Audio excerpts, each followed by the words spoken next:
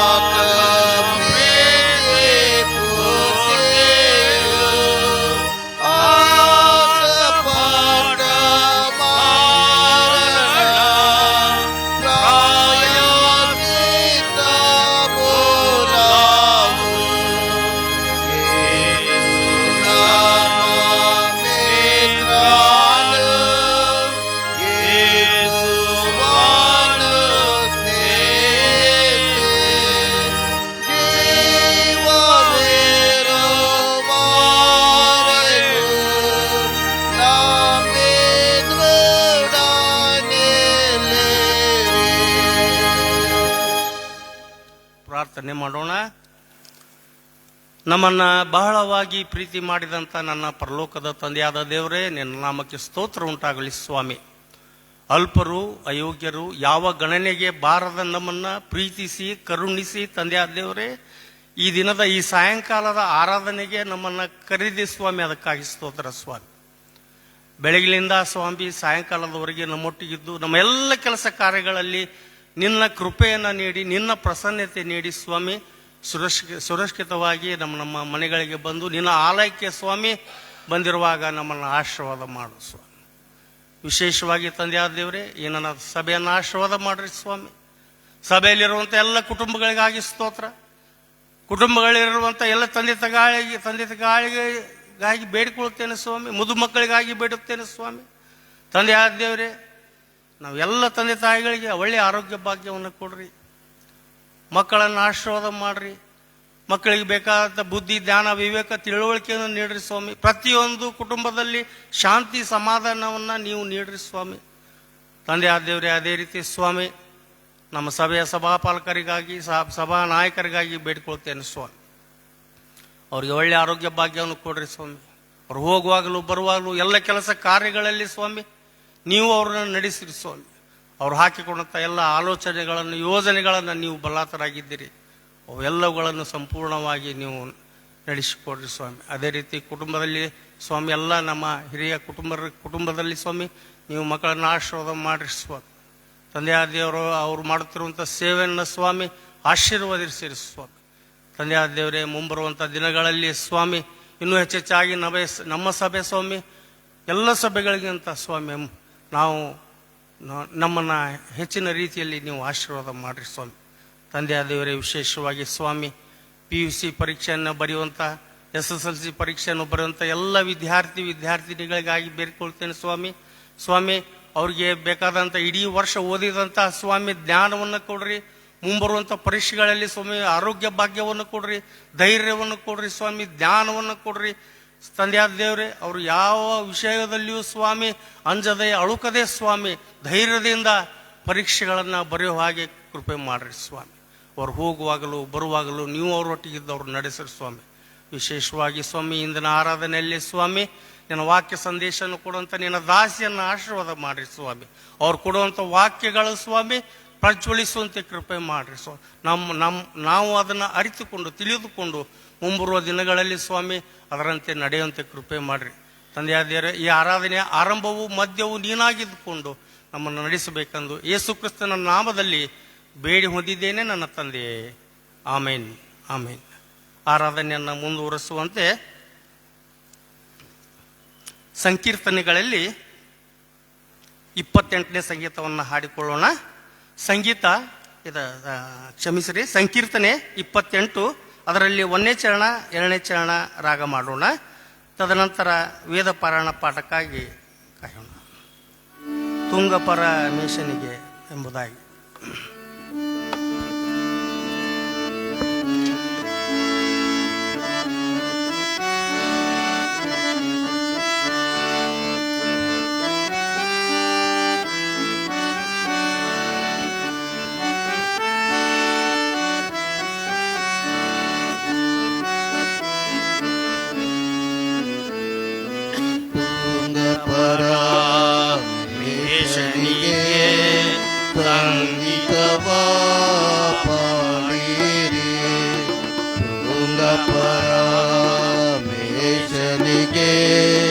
ಸಂಗೀತವಾ ಪಾಡಿರಿ, ಕಂಗೊಳಿಪ ಪ್ರೇಮವನು, ಕಂಗೊಳಿಪ ಪ್ರೇಮವನು, ಮಂಗಳಾದಿ ಹಾಡಿರಿ. ತುಂಗಪರ ಮೇಷನಿಗೆ ಸಂಗೀತವಾ ಪಾಡಿರಿ. ವರದಾಜ್ಞೆ ಮೀರಿದಂತ ದುರ್ಳರದ ಮಾನವರ, ವರದಾಜ್ಞೆ ಮೀರಿದಂತ ದುರ್ಳರದ ಮಾನವರ, ನರಕದಿಂದ ತಪ್ಪಿಸಲು, ನರಕದಿಂದ ತಪ್ಪಿಸಲು ಕರುಣೆಯನ್ನು ಸಾರಿದ ತುಂಗಪರ ಮೇಷನಿಗೆ ಸಂಗೀತವಾ ಪಾಡಿರಿ. ಶಿಕ್ಷೆಗೊಳಗಾದವರು ರಕ್ಷಣೆಯ ಹೊಂದಲು, ಶಿಕ್ಷೆಗೊಳಗಾದವರು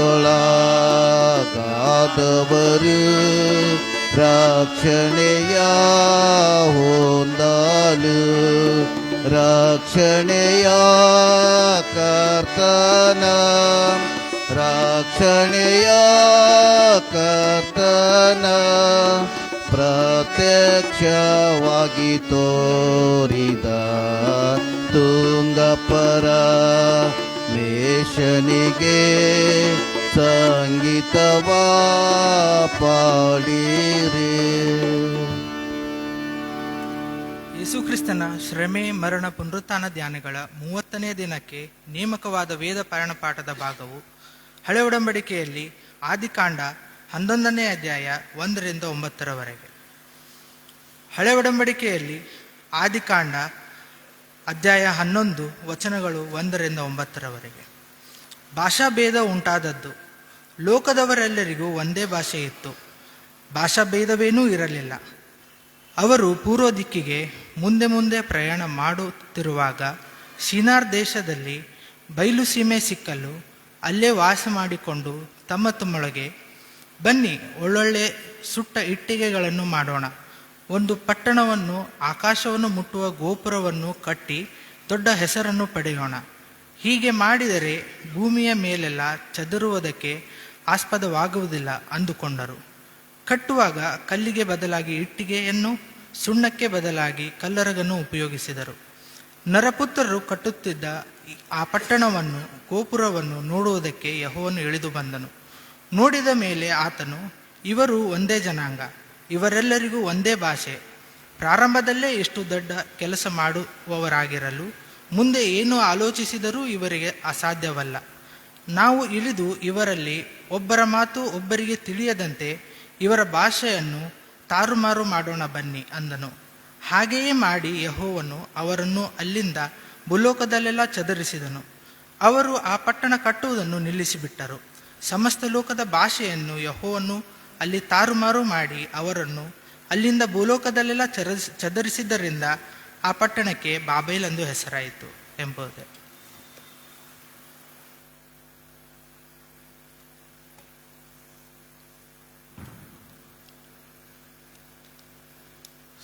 ಸಭೆಯವರಲ್ಲಿ ಒಂದು ಪ್ರಕಟಣೆ.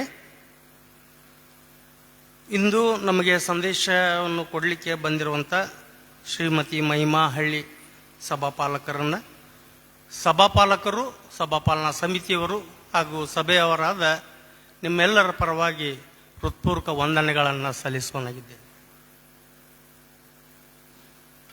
ನಾವು ಕಾಣಿಕೆಯನ್ನು ಸಂಗ್ರಹಿಸುವಾಗ ಸಂಕೀರ್ತನೆಗಳಲ್ಲಿ 129ನೇ ಸಂಕೀರ್ತನೆಗಳನ್ನು ಹಾಡಿಕೊಳ್ಳೋಣ. ಸಂಕೀರ್ತನೆ 129, ಸಾಕಷ್ಟು ಚರಣಗಳನ್ನು ಹಾಡಿಕೊಳ್ಳೋಣ, ಆಗ ಕಾಣಿಕೆ ಕೂಡಿಸಲಾಗುವುದು.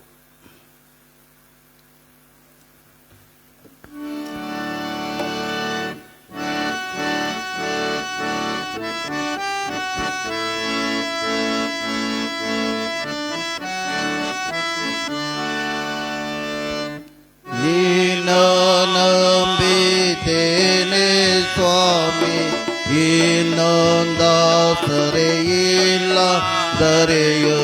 ನಿನ್ನ ನಂಬಿದ್ದೇನೆ ಸ್ವಾಮಿ, ಇನ್ನೊಂದಾಸರೆ ಇಲ್ಲ ದರೆಯು. ಏನ ಪರದನೆಲ್ಲ ಮನ್ನಿಸಿಕೊಡು ನಿನ್ನ ಭಯ. ನಿನ್ನ ನಂಬಿದ್ದೇನೆ ಸ್ವಾಮಿ, ಇನ್ನೊಂದಾಸರೆ ಇಲ್ಲದರೆಯು. ಏನ ಕರ್ತ ನೀನೊಬ್ಬನೇ ಉನ್ನತ ಕೃಪಾಕರನು.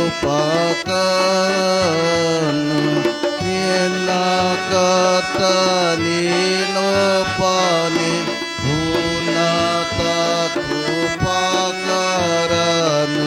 ಖಿನ್ನ ಕೀಟವಾಗಿಯೇನ ಮಾನಿಸಿಕೊಡು ನಿನ್ನ ಭಯ. ನಿನ್ನ ನಂಬಿದ್ದೇನೆ ಸ್ವಾಮಿ, ಇನ್ನೊಂದಾಸರೆ ಇಲ್ಲದರೆಯು. ದಿಕ್ಕು ದಿಸೆಯ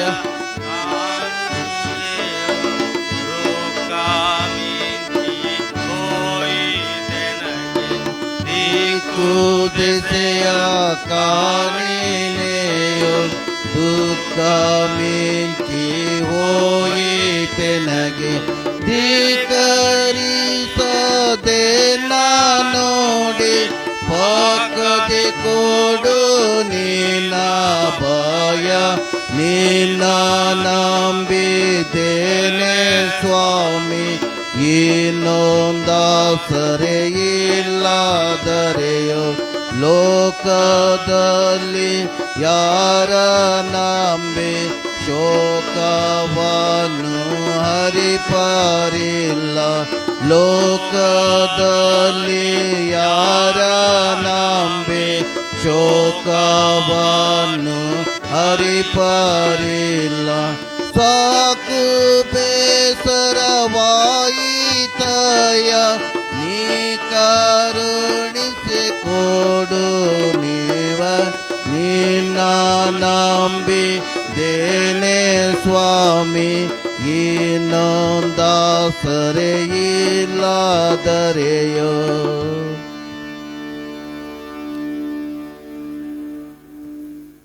ಕಾಣಿಕೆಯೊಟ್ಟಿಗೆ ನಮ್ಮ ಆತ್ಮವನ್ನ ದೇವರಿಗೆ ಸಮರ್ಪಣೆ ಮಾಡಿ ಪ್ರಾರ್ಥನೆ ಮಾಡೋಣ. ಕೊಡಿರಿ ನಿಮಗೆ ಕೊಡಲ್ಪಡುವುದು ಎಂಬುದಾಗಿ ವಾಗ್ದಾತ ಮಾಡಿದಂಥ ದೇವ, ನೀನು ನೀಡಿದಂತಹ ಆಶೀರ್ವಾದಗಳಿಗಾಗಿ ನಿಮಗೆ ಕೃತಜ್ಞತೆಯನ್ನು ಸಲ್ಲಿಸುವುದಕ್ಕಾಗಿ ನಿನ್ನ ಸನ್ನಿಧಾನಕ್ಕೆ ಸೇರಿ ಬಂದಿದ್ದೇವೆ. ದೇವ, ಕೊಟ್ಟಂತಹ ಈ ಕಾಣಿಕೆಯನ್ನು ನಿನ್ನ ಆಶೀರ್ವಾದ ಮಾಡು. ನಿನ್ನ ಮಕ್ಕಳು ಬರಿಗೈಯಲ್ಲಿ ಬರದ ಹಾಗೆ ನಿನ್ನ ಆಶೀರ್ವಾದವನ್ನು ಹೊತ್ತು ತಂದಿರುವಾಗ ಮಕ್ಕಳಿಗೆ ಬೇಕಾದಂಥ ಪ್ರತಿಯೊಂದು ಅಗತ್ಯತೆಯನ್ನು ನೀನು ಪೂರೈಸು ಎಂಬುದಾಗಿ ನಿಮ್ಮಲ್ಲಿ ಪ್ರಾರ್ಥನೆಯನ್ನು ಮಾಡುವಂಥವರಾಗಿದ್ದೇವೆ. ತಲೆಬಾಗಿರುವ ಪ್ರತಿಯೊರ್ವರನ್ನು ಕೂಡ ನಿನ್ನ ಆಶೀರ್ವಾದ ಮಾಡು. ಕಣ್ಣೀರಿನಿಂದ ಬಂದಿರಬಹುದು, ಬಹು ದುಃಖದಿಂದ ಬಂದಿರಬಹುದು, ಅನೇಕ ನಿರೀಕ್ಷೆಗಳನ್ನು ಹಿಡಿದುಕೊಂಡು ನಿನ್ನ ಒಂದು ಸನ್ನಿಧಾನದಲ್ಲಿ ಬಂದಿರುವಾಗ ಅವರ ಕೊರತೆಗಳನ್ನು ನೀನು ನೀಗಿಸಿ ಅವರನ್ನು ನಿನ್ನ ಆಶೀರ್ವಾದಗಳ ಮೂಲಕವಾಗಿ ನೀನು ನಡೆಸು ಎಂಬುದಾಗಿ ನಿಮ್ಮಲ್ಲಿ ಪ್ರಾರ್ಥನೆಯನ್ನು ಮಾಡುವಂಥವರಾಗಿದ್ದೇವೆ. ತಲೆಬಾಗಿರುವಂತಹ ಪ್ರತಿಯೊರ್ವರನ್ನು ಕೂಡ ನಿನ್ನ ಆಶೀರ್ವಾದ ಮಾಡು.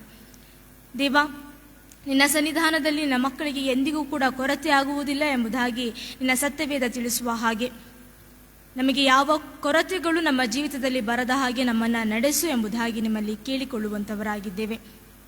ಇಸಯ್ಯ, ಈ ಒಂದು ಸಭೆಯನ್ನು ಹೇರಳವಾಗಿ ಆಶೀರ್ವಾದ ಮಾಡು. ಹಿರಿಯರಿಂದ ಕಿರಿಯರವರೆಗೆ ಸ್ವಾಮಿ, ಅವರು ಬೇಡಿಕೊಳ್ಳುವಂಥ ಎಲ್ಲ ಒಂದು ಆಶೀರ್ವಾದಗಳನ್ನು ನೀನು ಇಂದು ದಯಪಾಲಿಸಬೇಕೆಂಬುದಾಗಿ ನಿಮ್ಮಲ್ಲಿ ಕೇಳಿಕೊಳ್ಳುತ್ತಾ ಇದ್ದೇವೆ. ನಾವು ಪ್ರಾರ್ಥನೆ ಮಾಡುವಾಗ ಕಟ್ಟಲ್ಪಟ್ಟಂಥ ಅನೇಕ ಬಾಗಿಲುಗಳನ್ನು ಬಿಚ್ಚುವಾತನಾಗಿರುವುದಕ್ಕಾಗಿ ನಿಮಗೆ ಸ್ತೋತ್ರವನ್ನು ಸಲ್ಲಿಸುತ್ತಾ ಈ ಒಂದು ಪ್ರಾರ್ಥನೆಯನ್ನು ಪ್ರಭುವಾದ ಯೇಸು ಕ್ರಿಸ್ತನ ಮುಖಾಂತರವಾಗಿ ಬೇಡಿ ಹೊಂದುವಂಥವರಾಗಿದ್ದೇವೆ. ಆಮೇನ್.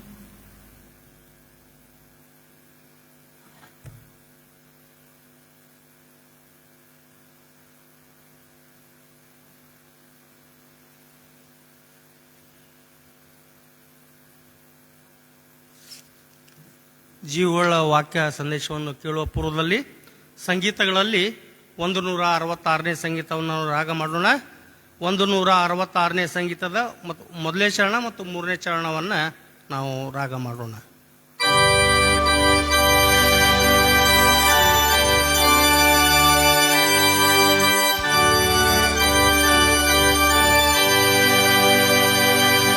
ಶುದ್ಧ ದಿವ್ಯ ಗ್ರಂಥವೇ ನನ್ನ ಶ್ರೇಷ್ಠ ದ್ರವ್ಯವೇ, ತೋರಿಸೆ ನ ಸ್ಥಿತಿಯ, ಬೋಧಿಸೆಂಗೆ ಮೇತೆಯ. ಶುದ್ಧ ದಿವ್ಯ ಗ್ರಂಥವೇ ಶ್ರೇಷ್ಠ ದ್ರವ್ಯವೇ ನಾಗೆ, ಮೋಕ್ಷ ಲೋಕದಾನಂದ ಮಾಡೆ ನಾಲಿಕಾಚಿತ, ಮಾರಣಾಂಧಕಾರದೆ ನಂಬಲಿಕ್ಕೆ ಧೈರ್ಯದೆ.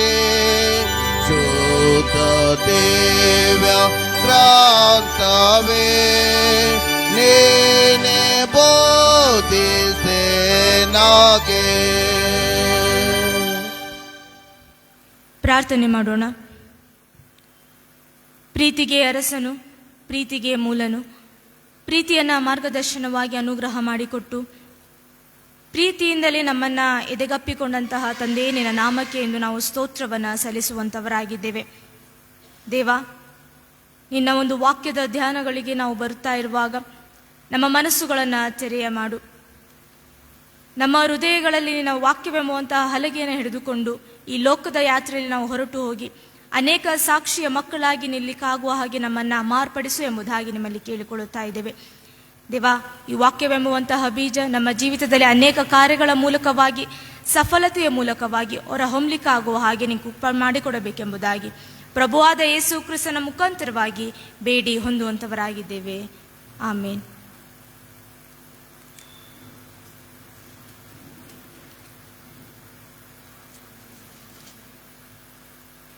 ಹೊಸ ಒಡಂಬಡಿಕೆಯಲ್ಲಿ ಲೂಕನ ಸುವಾರ್ತೆ 23ನೇ ಅಧ್ಯಾಯ ವಚನ 8ರಿಂದ 12ರವರೆಗೆ. ಲೂಕನ ಸುವಾರ್ತೆ 23ನೇ ಅಧ್ಯಾಯ ವಚನ 8ರಿಂದ 13ರವರೆಗೆ. ಹೆರೋದನು ಯೇಸುವನ್ನು ನೋಡಿದಾಗ ಬಹಳ ಸಂತೋಷಪಟ್ಟನು, ಯಾಕೆಂದರೆ ಆತನ ವಿಷಯವಾಗಿ ಅನೇಕ ಸಂಗತಿಗಳನ್ನು ಕೇಳಿದ್ದರಿಂದ ಆತನನ್ನು ಕಾಣಬೇಕೆಂದು ಬಹುಕಾಲದಿಂದ ಅಪೇಕ್ಷಿಸಿದನು. ಆತನಿಂದ ಯಾವುದಾದರೂ ಒಂದು ಸೂಚಕವಾಗುವುದನ್ನು ನೋಡಬೇಕೆಂದು ನಿರೀಕ್ಷಿಸಿದನು. ಆದರೆ ಅವನು ಅನೇಕ ಮಾತುಗಳಿಂದ ಆತನನ್ನು ಪ್ರಶ್ನೆ ಮಾಡಿದ್ದಾಗ್ಯೂ ಆತನು ಅವನಿಗೆ ಏನೂ ಉತ್ತರ ಕೊಡಲಿಲ್ಲ. ಮಹಾಯಾಜಕರು ಶಾಸ್ತ್ರಿಗಳು ನಿಂತುಕೊಂಡು ಆತನ ಮೇಲೆ ಬಹುಬಲವಾಗಿ ದೂರು ಹೇಳುತ್ತಿದ್ದರು. ಕಡೆಗೆ ಹೆರೋದನು ತನ್ನ ಸಿಪಾಯಿಗಳನ್ನು ಕೂಡಿಕೊಂಡು ಆತನನ್ನು ತಿರಸ್ಕರಿಸಿ ಹಾಸ್ಯ ಮಾಡಿ ಶೋಭಾಯಮಾನವಾದ ಉಡುಪನ್ನು ಹಾಕಿಸಿ ಪಿಲಾತನ ಬಳಿಗೆ ತಿರುಗಿ ಕಳುಹಿಸಿಕೊಟ್ಟನು. ಅದೇ ದಿನದಲ್ಲಿ ಹೆರೋದನು ಪಿಲಾತನು ಒಬ್ಬರಿಗೊಬ್ಬರು ಸ್ನೇಹಿತರಾದರು, ಇದಕ್ಕಿಂತ ಮೊದಲು ವೈರಿಗಳಾಗಿದ್ದರು ಎಂಬುವಂಥದ್ದೇ.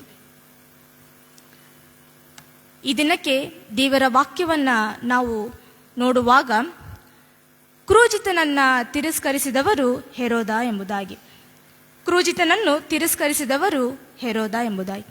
ದೇವರ ವಾಕ್ಯಗಳನ್ನು ಪ್ರತಿನಿತ್ಯವೂ ಮನನೆ ಮಾಡುವಾಗ ಅನೇಕ ಸಂಗತಿಗಳನ್ನು ನಮ್ಮ ಜೀವಿತದಲ್ಲಿ ನಾವು ಅಳವಡಿಸಿಕೊಳ್ಳುತ್ತೇವೆ. ಕ್ರೂಜೆಯ ಕುರಿತಾಗಿ ಈಗಾಗಲೇ ಅನೇಕ ಪ್ರಸಂಗಗಳನ್ನು ನಮ್ಮ ಜೀವಿತದಲ್ಲಿ ನಾವು ಈಗಾಗಲೇ ಅಳವಡಿಸಿಕೊಂಡಾಗಿದೆ ಪ್ರಿಯರೇ. ಈ ಒಂದು ಲೂಕನ ಸುವಾರ್ತೆಯಲ್ಲಿ 23ನೇ ಅಧ್ಯಾಯದ 8ನೇ ವಚನದಿಂದ 12ನೇ ವಚನದಲ್ಲಿ ನೋಡುವಾಗ ನಾವು ಹೆರೋದನ ಕುರಿತಾಗಿ ಇಂದು ನಾವು ಧ್ಯಾನ ಮಾಡಲಿಕ್ಕಿದ್ದೇವೆ. ಹಾಗಾದರೆ ಈ ಹೆರೋದ ಯಾರು? ಹೆರೋದ ಎಂಬುದಾಗಿ ನೋಡುವಾಗ 2 ರೀತಿಯಾದಂತಹ ಹೆರೋದನನ್ನ ಈ ಒಂದು ಸತ್ಯವೇದದಲ್ಲಿ ನಾವು ಕಾಣಬಹುದು. ಮತ್ತಾಯನ ಸುವಾರ್ತೆಯಲ್ಲಿ ನಾವು ಕಾಣಬಹುದು, ಹಾಗೆಯೇ ಲೂಕನ ಸುವಾರ್ತೆಯಲ್ಲಿ ಬರುವಂತಹ ಈ ಹೆರೋದನನ್ನ ಕೂಡ ನಾವು ಕಾಣಬಹುದು. ಈ ಹೆರೋದನನ್ನ ಕುರಿತಾಗಿ ನಾವು ನೋಡುವಾಗ ಈತನು ಕ್ರೂಜಿತನನ್ನ ತಿರಸ್ಕರಿಸಿದವನು. ಹೇಗೆ ಎಂಬುದಾಗಿ ದೇವರ ವಾಕ್ಯವನ್ನ ನಾವು ಮನನೆ ಮಾಡುವಾಗ ಲೂಕನ ಸುವಾರ್ತೆ 23ನೇ ಅಧ್ಯಾಯ 8ನೇ ವಚನವನ್ನ ನಾವು ಗಮನಿಸುವಾಗ ಹೆರೋದನು ಯೇಸುವನ್ನು ನೋಡಿದಾಗ ಏನ್ ಮಾಡ್ತಾನೆ ಎಂಬುದಾಗಿ ನೋಡುವಾಗ ಆತನು ಬಹು ಸಂತೋಷವನ್ನ ಪಡುತ್ತಾ ಇದ್ದಾನೆ ಪ್ರಿಯರೇ, ಬಹು ಸಂತೋಷವನ್ನ ಪಡುತ್ತಾ ಇದ್ದಾನೆ. ಯಾವುದಕ್ಕೋಸ್ಕರವಾಗಿ ಎಂಬುದಾಗಿ ಸತ್ಯವೇದವನ್ನ ಆಳವಾಗಿ ನಾವು ನೋಡುವಾಗ ಇಲ್ಲಿ ಅನೇಕ ರೀತಿಯಾದಂತಹ ಆಳತೆಯನ್ನ ನಮಗೆ ತಿಳಿಸಲ್ಪಡ್ತದೆ. ತಿರಸ್ಕರಿಸುವಿಕೆ ಎಂಬುದಾಗಿ ನೋಡುವಾಗ ಪ್ರತಿ ಮಾನವನಲ್ಲಿಯೂ ಕೂಡ ಒಂದೆಲ್ಲ ಒಂದು ರೀತಿಯಿಂದ ನಾವೇನಾಗಲ್ಪಟ್ಟಿರ್ತೇವೆ, ತಿರಸ್ಕಾರವನ್ನ ಹೊಂದಿದಂಥವರು ನಾವಾಗಿರ್ತೇವೆ. ಯಾವುದರ ಮೂಲಕವಾಗಿ ನಮ್ಮ ಕೆಲಸ ಕಾರ್ಯಗಳಲ್ಲಿ ನೋಡುವಾಗ, ನಾವು ಮಾಡುವಂತಹ ಸ್ಥಳಗಳಲ್ಲಿ, ಅನೇಕ ಜನಗಳಲ್ಲಿ ಹಾಗೂ ನಮ್ಮ ಕುಟುಂಬಗಳಲ್ಲಿಯೇ ನಮಗೇನಾಗಲ್ಪಟ್ಟಿರುತ್ತೆ, ತಿರಸ್ಕಾರವನ್ನ ನಾವು ಕಂಡಿರ್ತೇವೆ. ಅದರ ಒಂದು ನೋವು ನಮ್ಮ ಜೀವಿತದಲ್ಲಿ ಇದ್ದೇ ಇರ್ತದೆ ಪ್ರಿಯರೇ. ಆದರೆ ಇಲ್ಲಿ ನಾವು ನೋಡುವಾಗ ಕ್ರೂಜಿತನನ್ನೇ ಹೆರೋದ ತಿರಸ್ಕರಿಸುವಂತಹ ಸಂಗತಿ ನಮ್ಮ ಮುಂದೆ ಇದೆ.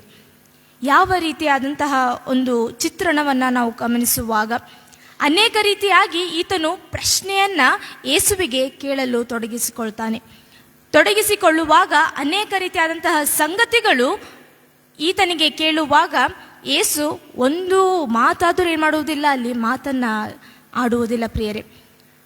ಯೇಸುವನ್ನ ನೋಡುವುದಕ್ಕೆ ಈತನು ಏನ್ ಮಾಡ್ತಾನೆ, ಸಂತೋಷ ಪಡುತ್ತಾನೆ. ಯಾವ ರೀತಿಯಾದಂತಹ ಸಂತೋಷ ಎಂಬುದೇ ಹಾಸ್ಯವಾದಂತಹ ಸಂತೋಷ.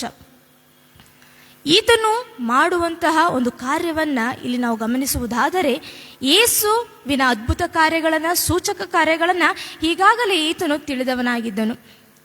ಈತನು ಒಬ್ಬ ಅಧಿಕಾರಿ ಪ್ರಿಯರೇ. ಯಾವ ರೀತಿಯಾದಂತಹ ಅಧಿಕಾರವನ್ನ ಈತನು ವಹಿಸಿದನು ಎಂಬುದಾಗಿ ನೋಡುವಾಗ ಹೆರೋದ ಎಂಬುವಂತಹ ವ್ಯಕ್ತಿ ವಂಶ ಪಾರಂಪರೆಯಾಗಿ ಬಂದಂತಹ ಒಬ್ಬ ಅಧಿಕಾರಿಯಾಗಿದ್ದನು ಪ್ರಿಯರೇ. ತನ್ನ ಮನಸ್ಸಿಗೆ ಬಂದಂತಹ ಅಧಿಕಾರವನ್ನ ಆತನೇನ್ ಮಾಡ್ತಾ ಇದ್ದ, ಬೋಧನೆಯನ್ನ ಮಾಡಲು ತೊಡಗಿಸಿಕೊಳ್ತಾ ಇದ್ದ. ಅಂದರೆ ಯೇಸುವನ್ನ, ಅಂದರೆ ದೇವರ ಕುಮಾರವನ್ನ ಈತನು ಏನ್ ಮಾಡ್ತಾ ಇದ್ದಾನೆ, ಪ್ರಶ್ನೆಯ ಮೂಲಕವಾಗಿ ಆತನನ್ನ ತಿರಸ್ಕರಿಸುವಿಕೆಯ ಕಾರ್ಯದಲ್ಲಿ ಈತನು ತೊಡಗಿಸಿಕೊಳ್ತಾ ಇದ್ದಾನೆ. ಆತನ ಅಧಿಕಾರ ಎಷ್ಟು ಕೆಟ್ಟು ಹೋಯಿತು ಎಂಬುದಾಗಿ ಸ್ವಲ್ಪ ಹೊತ್ತು ನಾವು ಧ್ಯಾನ ಮಾಡುವುದರಲ್ಲಿ ನಮ್ಮನ್ನು ನಾವು ತೊಡಗಿಸಿಕೊಳ್ಳೋಣ. ಮೊದಲನೇದಾಗಿ ನೋಡುವುದಾದರೆ ಅಧಿಕಾರವನ್ನ ಅರಿಯದವನು. ಹೆರೋದನು ಅಧಿಕಾರವನ್ನ ಅರಿಯದವನು. ಈತನಿಗೆ ಈಗಾಗಲೇ ವಂಶ ಪಾರಂಪರೆಯಾಗಿ ಈತನಿಗೆ ಏನಾಗಿದೆ, ಅಧಿಕಾರವು ಕೊಡಲ್ಪಟ್ಟಿದೆ ಪ್ರಿಯರೇ. ಈತನು ಒಳ್ಳೆಯ ರೀತಿಯಾಗಿ ತನ್ನ ಅಧಿಕಾರವನ್ನ ನಡೆಸಿಕೊಂಡು ಹೋಗಬಹುದಾಗಿತ್ತು. ಈತನಿಗೆ ಎಲ್ಲವೂ ಕೂಡ ತನ್ನ ಜೀವಿತದಲ್ಲಿ ಕೊಡಲ್ಪಟ್ಟಿದೆ. ಆದರೆ ಸ್ವಾಭಾವಿಕವಾಗಿ ನೋಡುವುದಾದರೆ, ನಾವು ಸೂಕ್ಷ್ಮವಾಗಿ ಗಮನಿಸುವುದಾದರೆ, ಈತನಲ್ಲಿ ನಾನು ಎಂಬುವಂತ ಅಹಮಿನಿಂದ ಯೇಸುವನ್ನ ಪ್ರಶ್ನೆಯನ್ನ ಮಾಡಲು ತೊಡಗಿಸಿಕೊಳ್ತಾ ಇದ್ದಾನೆ. ಈತನನ್ನ ಗಮನಿಸುವಾಗ ಅಧಿಕಾರವನ್ನ ಅರಿಯದಂತ ರೀತಿಯಲ್ಲಿ ತನ್ನ ಅಧಿಕಾರವನ್ನ ಇಲ್ಲಿ ಮಾಡುತ್ತಾ ಇದ್ದಾನೆ. ಯೇಸುವನ್ನ ಪ್ರತಿನಿತ್ಯವೂ ಪ್ರಶ್ನೆ ಮಾಡುವುದರ ಮೂಲಕವಾಗಿ ಈತನು ಏನೋ ನನ್ನ ಹತ್ತಿರ ಮಾತನಾಡುತ್ತಾನೆ, ಏನೋ ಅದ್ಭುತ ಕಾರ್ಯಗಳು ಈಗ ಆಗಲ್ಪಡ್ತದೆ ಎಂಬುದಾಗಿ ತಿಳಿದು ಆತನ ಏನ್ ಮಾಡಲ್ಪಡ್ತಾ ಇದ್ದಾನೆ, ಯೇಸುವನ್ನ ಪ್ರಶ್ನೆ ಮಾಡ್ತಾ ಇದ್ದಾನೆ. ಆದರೆ ಇಲ್ಲಿ ಆಗುವಂತಹ ಒಂದು ಸಂಗತಿಗಳನ್ನ ನಾವು ಗಮನಿಸುವುದಾದರೆ, ಹೆರೋದನು ಆಡಳಿತದ ಗಲಿಲಾಯದಲ್ಲಿ ತನ್ನ ಪ್ರಾಂತ್ಯವನ್ನ ಆಡಳಿತವನ್ನ ಪ್ರತಿನಿತ್ಯವೂ ಮಾಡುತ್ತಾ ಬರುತ್ತಾ ಇದ್ದನು ಪ್ರಿಯರೇ. ಅಲ್ಲಿರುವಂತಹ ಅಧಿಕಾರಿಗಳು ಆತನಿಗೆ ದೀನರಾಗಿದ್ದುಕೊಂಡು ಆತನು ಹೇಳುವಂತಹ ಅಧಿಕಾರವನ್ನೇ ಮಾಡಲು ತೊಡಗಿಸಿಕೊಳ್ತಾ ಇದ್ದರು. ಆತನು ಏನನ್ನ ಹೇಳ್ತಾ ಇದ್ದನೋ ಅದೇ ರೀತಿಯಾಗಿ ಅವರು ಆತನನ್ನ ಹಿಂದೆ ಹಿಂಬಾಲಿಸುತ್ತಾ ಹೋಗ್ತಾ ಇದ್ರು. ಆದರೆ ಯೇಸುವಿನ ಅದ್ಭುತ ಕಾರ್ಯಗಳನ್ನ ಈಗಾಗಲೇ ಈ ಒಂದು ಆತನ ಕೆಳವರ್ಗದಲ್ಲಿರುವಂತಹ ಅಧಿಕಾರಿಗಳು ಬಂದು ಹೇಳಲು ಆತನ ಮೇಲೆ ಏನಾಗಲ್ಪಡ್ತಾ ಇದ್ದಾನೆ, ಅಸೂಯೆಯನ್ನ ಪಡ್ತಾ ಇದ್ದಾನೆ. ಈತನು ಸಂತೋಷಿಸುವ ಬದಲು ಏನಾಗಲ್ಪಡ್ತಾ ಇದ್ದಾನೆ, ಆತನ ಮೇಲೆ ದ್ವೇಷವನ್ನ ಕಾರುವುದಕ್ಕೆ ಮುಂದಾಗ್ತಾ ಇದ್ದಾನೆ ಪ್ರಿಯರೇ. ಯಾಕೆಂದರೆ ನನ್ನಿಂದ ಇಂತಹ ಅದ್ಭುತ ಕಾರ್ಯಗಳನ್ನ ಮಾಡಲು ಆಗುತ್ತಿಲ್ಲ ಎಂಬುದಾಗಿ ತಿಳಿದು ಈ ಒಂದು ಅಧಿಕಾರಿಯು ಆತನ ಮೇಲೆ ಒಂದು ಪ್ರಶ್ನೆಯನ್ನ ಹಾಕಲು ತೊಡಗಿಸಿಕೊಳ್ತಾ ಇದ್ದಾನೆ. ಅಂದಿನ ಸಮಾಜದಲ್ಲಿ ನೋಡುವಾಗ ಅಧಿಕಾರಿಗಳ ಮಾತೆ ಮೇಲಾಗಿತ್ತು ಪ್ರಿಯರೇ. ಸತ್ಯವೇದದಲ್ಲಿ ನೋಡುವುದಾದರೆ ಶಾಸ್ತ್ರಿಗಳು, ಮಹಾಯಾಜಕರು ನಿಂತುಕೊಂಡು ಆತನ ಮೇಲೆ ಬಹುಬಲವಾಗಿ ದೂರು ಹೇಳುವಂತಹ ಸಂಗತಿಯನ್ನ ದೇವರ ವಾಕ್ಯದಲ್ಲಿ ನಾವು ಈಗಾಗಲೇ ಓದಲ್ಪಟ್ಟಿದ್ದೇವೆ. ದೂರನ್ನ ಹೇಳುವಂತಹ ಸಂದರ್ಭದಲ್ಲಿ ಇಲ್ಲಿ ನಡೆಯುವಂತಹ ಸಂಗತಿಗಳನ್ನು ನಾವು ಗಮನಿಸುವುದಾದರೆ, ಆತನು ಅದ್ಭುತ ಕಾರ್ಯಗಳನ್ನು ಮಾಡೇ ಇಲ್ವೋ ಎಂಬುವಂತಹ ರೀತಿಯಲ್ಲಿ ಆತನನ್ನ ಪ್ರಶ್ನೆಯನ್ನ ಮಾಡ್ತಾ ಇದ್ದಾರೆ. ಈಗಾಗಲೇ ಎಷ್ಟೋ ಒಂದು ವಾಕ್ಯಗಳ ಮೂಲಕವಾಗಿ ಯೇಸುವಿನ ಕುರಿತಾಗಿ ನಾವು ಕೇಳಿದ್ದೇವೆ. ಆತನ ಅದ್ಭುತ ಕಾರ್ಯಗಳ ಕುರಿತಾಗಿ ನಾವು ಪ್ರಸಂಗಗಳನ್ನು ಕೇಳಿದ್ದೇವೆ ಪ್ರಿಯರೇ, ವಾಕ್ಯ ಭಾಗಗಳನ್ನು ಓದಿದ್ದಾಗಲೂ ಕೂಡ ಇವರಿಗೆ ಆತನು ಮಾಡಿದಂಥ ಅದ್ಭುತ ಕಾರ್ಯಗಳು ಈತನು ದೇವಕುಮಾರನು ಎಂಬುದಾಗಿ ಇವರು ಸ್ವೀಕಾರ ಮಾಡುವುದರಲ್ಲಿ ಇವರು ಕುಂಠಿತವಾಗಿ ಹೋಗಲ್ಪಡ್ತಾ ಇದ್ದಾರೆ. ದೇವರ ವಾಕ್ಯವನ್ನ ನಾವು ಮನನೆ ಮಾಡುವಾಗ ದೇವರ ಕಾರ್ಯವು ನಮ್ಮ ಜೀವಿತದಲ್ಲಿ ಯಾವ ರೀತಿಯಾಗಿದೆ ಎಂಬುದಾಗಿ ನೆನೆಯುವಂಥದ್ದು ಬಹಳ ಅಗತ್ಯವಾಗಿದೆ. ಅಧಿಕಾರಿಯೇ ತಮ್ಮ ಅಧಿಕಾರವನ್ನ ಅರಿಯದ ರೀತಿಯಲ್ಲಿ ತಾನು ಏನ್ ಮಾಡಲ್ಪಡ್ತಾ ಇದೆ, ಅನುಗ್ರಹವನ್ನ ಮಾಡ್ತಾ ಇದ್ದಾನೆ. ಆತನಿಗೆ ಈಗಾಗಲೇ ಎಷ್ಟೋ ಒಂದು ವರ್ಷಗಳಿಂದ ಅಧಿಕಾರವನ್ನ ಕೊಡಲ್ಪಟ್ಟಿತ್ತು. ಯೇಸು ಈಗ ನಿರಪರಾಧಿ ಎಂಬುದಾಗಿ ಅವರು ಹೇಳಬಹುದಾಗಿತ್ತು. ಆದರೂ ಕೂಡ ಈತನು ಎಲ್ಲೋ ನನ್ನ ಸ್ಥಾನಕ್ಕೆ ಬರುತ್ತಾನೆ ಎಂಬುದಾಗಿ ತಿಳಿದು ಆತನು ಏನನ್ನ ಮಾಡ್ತಾ ಇದ್ದಾನೆ ಎಂಬುದಾಗಿ ನೋಡುವಾಗ ಆತನಿಗೆ ಪ್ರಶ್ನೆಯ ಮೇಲೆ ಪ್ರಶ್ನೆಯನ್ನ ಹಾಕಿ ಹಾಸ್ಯ ರೂಪವಾಗಿ ಪ್ರಶ್ನೆಯನ್ನ ಕೇಳುವಂತಹ ಸಂಗತಿಯನ್ನ ನಾವು ಇಂದು ಗಮನಿಸಬಹುದಾಗಿದೆ. ಜನರು ಕೂಡ ಯೇಸುವಿನ ಕೇಡಕ್ಕೆ ಆತರು ಬಯಸಿದರು ಎಂಬುದಾಗಿ ದೇವರ ವಾಕ್ಯಗಳು ನಮಗೆ ಸ್ಪಷ್ಟವನ್ನ ನೀಡ್ತಾ ಇದೆ. ಯಾವ ರೀತಿಯಾಗಿ ಜಯವನ್ನ ಕೋರಿದಂತಹ ಗುಂಪುಗಳೇ ಈಗ ಏನಾಗಲ್ಪಡ್ತಾ ಇದೆ, ಯೇಸುವಿಗೆ ವಿರೋಧವಾಗಿ ನಿಂತಹ ಗುಂಪುಗಳಾಗಿ ಕಾಣಲ್ಪಡ್ತಾ ಇದೆ. ಈ ಒಂದು ಸಂಗತಿಗಳನ್ನ ನಾವು ಅರಿಯುವಂಥದ್ದು ಬಹಳ ಅಗತ್ಯ ಪ್ರಿಯರೇ. ಎರಡನೇದಾಗಿ ನೋಡುವುದಾದರೆ, ತೀರ್ಪಿಗೆ ಅಯೋಗ್ಯವಾದವನು. ಹೆರೋದನು ತೀರ್ಪಿಗೆ ಅಯೋಗ್ಯವಾದವನು. ಈತನು ಕೊಡಲ್ಪಟ್ಟಂತಹ ಅನೇಕ ರೀತಿಯಾದಂತಹ ಸಂಗತಿಗಳನ್ನ ಆತನು ತಮ್ಮ ಜೀವಿತದಲ್ಲಿ ಅವನು ಅಳವಡಿಸಿಕೊಳ್ಳಬಹುದಾಗಿತ್ತು ಹೆರೋದನು.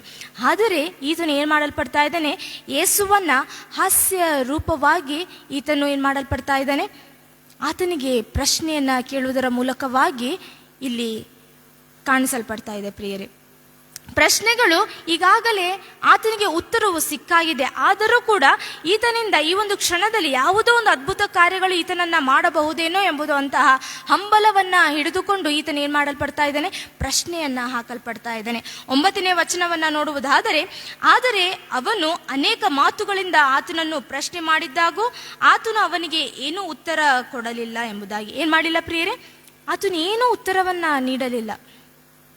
ಯಾಕೆಂದರೆ ಕೇಳುವಂಥ ಪ್ರಶ್ನೆಯಲ್ಲಿಯೇ ಅಲ್ಲಿ ಉತ್ತರ ಇತ್ತು ಎಂಬುದಾಗಿ ನಾವು ತಿಳಿಯುವಂಥದ್ದು ಬಹಳ ಅಗತ್ಯ. ಹೆರೋದನಲ್ಲಿ ಕ್ರೂರತೆಯ ಸ್ವಭಾವವು ಇಲ್ಲಿ ಕಂಡು ಬರುತ್ತಾ ಇದೆ. ಯಾವ ರೀತಿಯಾಗಿ ಬೇರೆ ಯಾವ ವ್ಯಕ್ತಿಗಳು ಹೇಳಿದ್ದನ್ನು ಆತನು ಒಪ್ಪುತ್ತಿರಲಿಲ್ಲ ಪ್ರಿಯರೇ. ಆತನು ಏನನ್ನ ಕಾಣುತ್ತಾ ಇದ್ದಾನೋ ಅದನ್ನೇ ಆತನು ಏನ್ ಮಾಡ್ತಾ ಇದ್ದಾನೆ, ತಿಳಿಪಡಿಸ್ತಾ ಇದ್ದಾನೆ. ಅನೇಕ ರೀತಿಯಾದಂಥ ಅದ್ಭುತ ಕಾರ್ಯಗಳನ್ನ ಅನೇಕ ಜನರು ಆತನಿಗೆ ಬಂದು ಹೇಳಿದಾಗಲೂ ಕೂಡ ಆತನು ನಂಬದೆ ಇಲ್ಲಿ ಏನ್ ಮಾಡ್ತಾ ಇದ್ದಾನೆ, ಯೇಸುವಿಗೆ ಪ್ರಶ್ನೆಯನ್ನ ಹಾಕುವ ಮೂಲಕವಾಗಿ ತನ್ನ ತೀರ್ಪು ಕೊಡುವುದರಲ್ಲಿ ಅಯೋಗ್ಯನಾದವನು ಎಂಬುದಾಗಿ ದೇವರ ವಾಕ್ಯಗಳ ಮೂಲಕವಾಗಿ ನಾವು ಸ್ಥಿರಪಡಿಸಬಹುದು. ಹೀಗೆ ನಾವು ಈ ಒಂದು ವಾಕ್ಯಗಳನ್ನ ಗಮನಿಸುವಾಗ 8ನೇ ವಚನದಲ್ಲಿ ಹೆರೋದನು ಯೇಸುವನ್ನು ನೋಡಿದಾಗ ಬಹಳ ಸಂತೋಷ ಪಟ್ಟನು ಎಂಬುದಾಗಿ. ಹಾಗೆ ಲೂಕನ ಸುವಾರ್ತೆ 19ನೇ ಅಧ್ಯಾಯದಲ್ಲಿ ನೋಡುವಾಗ ಆ ಒಂದು ಸನ್ನಿವೇಶವನ್ನ ನಾವು ನೋಡುವುದಾದರೆ, ಅಲ್ಲಿ ದೇವರ ವಾಕ್ಯವನ್ನ ನೋಡುವುದಾದರೆ ಯೇಸು ಸುಂಕದವನಾದ ಜಕ್ಕಾಯನ ಮನೆಗೆ ಹೋದದ್ದ ಒಂದು ವಾಕ್ಯ ಭಾಗ. ಈ ಒಂದು ಕಥೆ ನಮಗೆಲ್ಲರಿಗೂ ಕೂಡ ಗೊತ್ತಿದೆ ಪ್ರಿಯರೇ. ಜಕ್ಕಾಯನು ಯೇಸು ಬಂದಿದ್ದಾನೆ ಎಂಬುದಾಗಿ ತಿಳಿದು ಆತನು ಕೂಡ ಏನ್ ಮಾಡಿದ, ಸಂತೋಷವನ್ನ ಪಟ್ಟ ಅಲ್ವಾ. ಇಲ್ಲಿ ಹೆರೋದನು ಕೂಡ ಸಂತೋಷ ಪಟ್ಟ. ಯಾವ ರೀತಿಯಾದಂತಹ ಸಂತೋಷ? ಹಾಸ್ಯ ರೂಪವಾದಂತಹ ಸಂತೋಷ ಪ್ರಿಯರೇ. ಆದರೆ ನಾವು ಕಂಪ್ಯಾರಿಸನ್ ಮಾಡಿ ಸತ್ಯವೇದವನ್ನ ಓದುವಾಗ ಅಲ್ಲಿನ ಒಳ ಅರ್ಥವನ್ನ ನಾವು ಗಮನಿಸಬಹುದಾಗಿದೆ. ಯಾವ ರೀತಿಯಾದಂತಹ ಒಳ ಅರ್ಥವನ್ನ ನಾವು ಗಮನಿಸುವುದಾದರೆ, ದೇವರ ವಾಕ್ಯಗಳು ಈತನ ಸಂತೋಷ ಪಡುವಾಗ ಈತನ ಮನೆಗೆ ಯೇಸು ಹೋಗಿ ಆತನಿಗೆ ಏನ್ ಮಾಡಲ್ಪಡ್ತಾ ಇದೆ, ರಕ್ಷಣೆಯನ್ನ ನೀಡುತ್ತಾ ಇದ್ದಾನೆ. ಆದರೆ ನಮ್ಮಲ್ಲಿರುವಂತಹ 2 ಮನಸ್ಸನ್ನು ಕೂಡ ಯಾರು ಬಲ್ಲಾತನಾಗಿದ್ದಾನೆ? ಯೇಸು ಬಲ್ಲಾತನಾಗಿದ್ದಾನೆ ಪ್ರಿಯರೇ. ಈತನ ಹೃದಯದಲ್ಲಿ ಆತನನ್ನ ನೋಡುವುದಕ್ಕೆ ಆಸೆ ಇತ್ತು. ಮರವನ್ನ ಏರಿ ಏನ್ ಮಾಡ್ದ, ಯೇಸುವನ್ನ ನೋಡ್ದ. ಆದರೆ ಯೇಸುವೆ ಹೆರೋದನ ಬಳಿಗೆ ಬಂದಾಗ ಆತನು ಏನ್ ಮಾಡಲ್ಪಡ್ತಾ ಇದ್ದೇನೆ, ನನಗೆ ರಕ್ಷಣೆ ಬೇಕು ಎಂಬುದಾಗಿ ತನ್ನ ಮನಸ್ಸಿನಲ್ಲಿ ಎಂದಿಯೂ ಕೂಡ ಅಂದುಕೊಳ್ಳಿಲ್ಲ. ನಾನು ಎಂಬುವಂತ ಅಹಮಿನಿಂದ ಇಲ್ಲಿ ಏನ್ ಮಾಡಲ್ಪಡ್ತಾ ಇದ್ದಾನೆ, ಆತನು ಅಂದುಕೊಳ್ತಾ ಇದ್ದಾನೆ.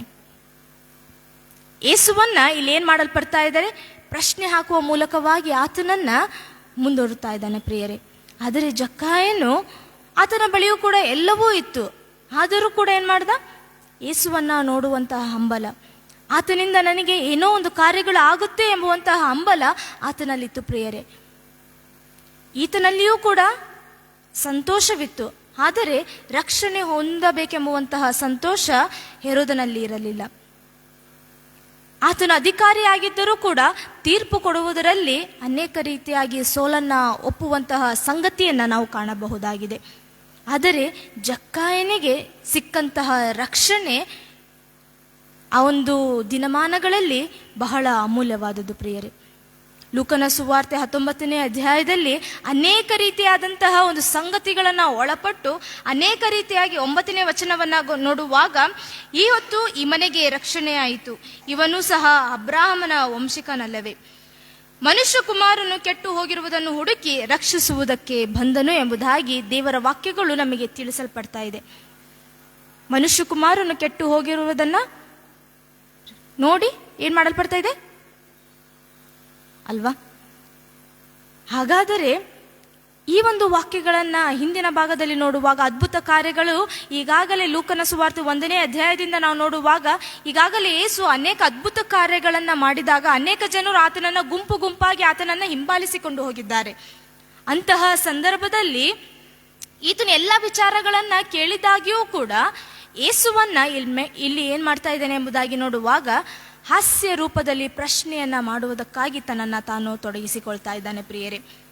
ಲೂಕನ ಸುವಾರ್ತೆ 23ನೇ ಅಧ್ಯಾಯ 10ನೇ ವಚನವನ್ನ ನಾವು ಗಮನಿಸುವುದಾದರೆ, ಮಹಾಯಾಜಕರು ಶಾಸ್ತ್ರಿಗಳು ನಿಂತುಕೊಂಡು ಆತನ ಮೇಲೆ ಬಹುಬಲವಾಗಿ ದೂರು ಹೇಳುತ್ತಾ ಇದ್ದರು. ಈತನು ಏನ್ ಮಾಡಿದ್ದಾನೆ, ಅನೇಕ ರೀತಿಯಾದಂತಹ ಪಾಪಗಳನ್ನ ಮಾಡಿದ್ದಾನೆ ಎಂಬುವಂತಹ ರೀತಿಯಲ್ಲಿ ದೂರನ್ನ ಹೇಳಲ್ಪಡ್ತಾ ಇದ್ದಾರೆ ಪ್ರಿಯರೇ. ಸಭೆಯನ್ನ ಬೀಳಿಸಿ 3 ದಿವಸಕ್ಕೆ ನಾನು ಏನ್ ಮಾಡಲ್ಪಡ್ತೇನೆ, ಸಭೆಯನ್ನ ಕಟ್ಟುತ್ತೇನೆ. ಆದರೆ ಅವರು ಆತನ ಮಾತಿನ ಹಿಂದೆ ಇದ್ದಂತಹ ಒಂದು ಸಂಗತಿಗಳನ್ನ ಗಮನಿಸಲಿಲ್ಲ. ಹಾಗಾದರೆ ದೇಹವೆಂಬುವಂತಹ ಸಭೆಯನ್ನ ನಾನು ಎಬ್ಬಿಸಲ್ಪಡ್ತೇನೆ ಎಂಬುದಾಗಿ ಹೇಳಲ್ಪಟ್ಟೇನೆ. ಆದರೆ ಇವರು ಏನ್ ತಿಳ್ಕೊಂಡ್ರು, ಸಭೆಯನ್ನ ನಾವು 3 ದಿವಸದಲ್ಲಿ ಈತನು ಕಟ್ತಾನೆ ಎಂಬುವಂತಹ ಹಾಸ್ಯ ರೂಪವಾಗಿ ಆತನನ್ನ ಇವರು ಮಾತನಾಡಿದರು ಪ್ರಿಯರೇ. ಈ ರೀತಿಯಾಗಿ ಅನೇಕ ದೂರುಗಳನ್ನ ಹೇಳುವ ಮೂಲಕವಾಗಿ ಯೇಸುವನ್ನ ಪದೇ ಪದೇಯಾಗಿ ಇಲ್ಲಿ ಹೆರೋದನು ಪ್ರಶ್ನೆಯನ್ನ ಮಾಡ್ತಾ ಇದ್ದಾನೆ. ಮಹಾಯಾಜಕರು, ಶಾಸ್ತ್ರಿಗಳು ಏನ್ ಮಾಡಲ್ಪಡ್ತಾ ಇದ್ದಾರೆ, ಯೇಸುವನ್ನ ಪ್ರಶ್ನೆಯನ್ನ ಮಾಡ್ತಾ ಇದ್ದಾರೆ. ಇದೆಲ್ಲ ಸಂಗತಿಗಳನ್ನ ನೋಡುವಾಗ ಯೇಸು ಎಷ್ಟರ ಮಟ್ಟಿಗೆ ಬಲ ಹೊಂದಿದನು ಎಂಬುದಾಗಿ ನಾವು ಕಾಣಬಹುದು.